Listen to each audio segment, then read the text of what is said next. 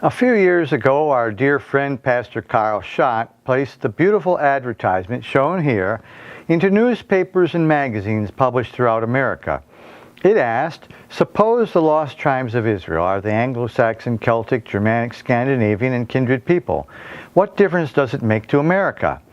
The answer is that this knowledge of our divine responsibilities would transform America and bring about a moral reawakening. We hope to see that happen by utilizing all of the tools that God has given us, including using visual aids such as video. You can have a part in that as well. Sometimes you may need a DVD to pop into your television to show someone a religious presentation on our connection with ancient Israel. We have 2 presentations available for you that were recorded at the annual British Israel World Federation Convention in Great Britain. The first is entitled, Ephraim, the Lost City and the Forgotten People. This is the story of the long-lost city of Ephraim, its people, its history, and its prophetic foreshadowing of the Ephraimite fruit-bearing nation of latter-day prophecies. Our Savior spent several weeks in the city of Ephraim just prior to his crucifixion.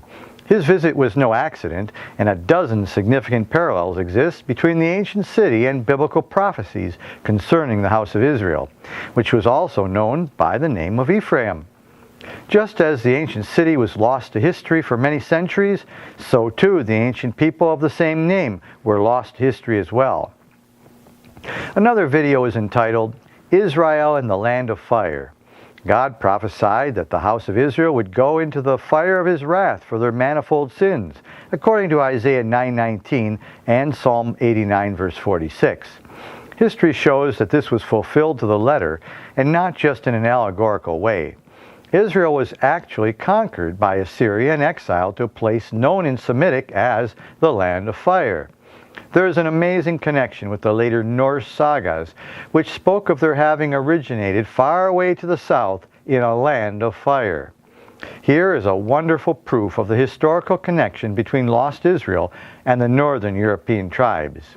The last video is entitled, The Heritage of Eber, Ancient Hebrew Sea Migrations.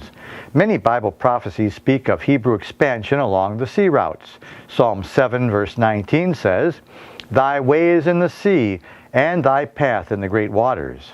Psalm 72:8 says, He shall have dominion from sea to sea, and from the river to the ends of the earth. Numbers 24:7 says, His seed shall be in many waters. Here is the wonderful story of the fulfillment of biblical prophecy in the sea migration and colonization of the Hebrew people in ancient times. Historical evidence is presented of ancient Hebrew sea migrations at Mediterranean ports in Greece, Italy, France, and Spain. May God bless you as you do the work of the kingdom in bringing souls into the knowledge of God and his plans and purposes. Thank you.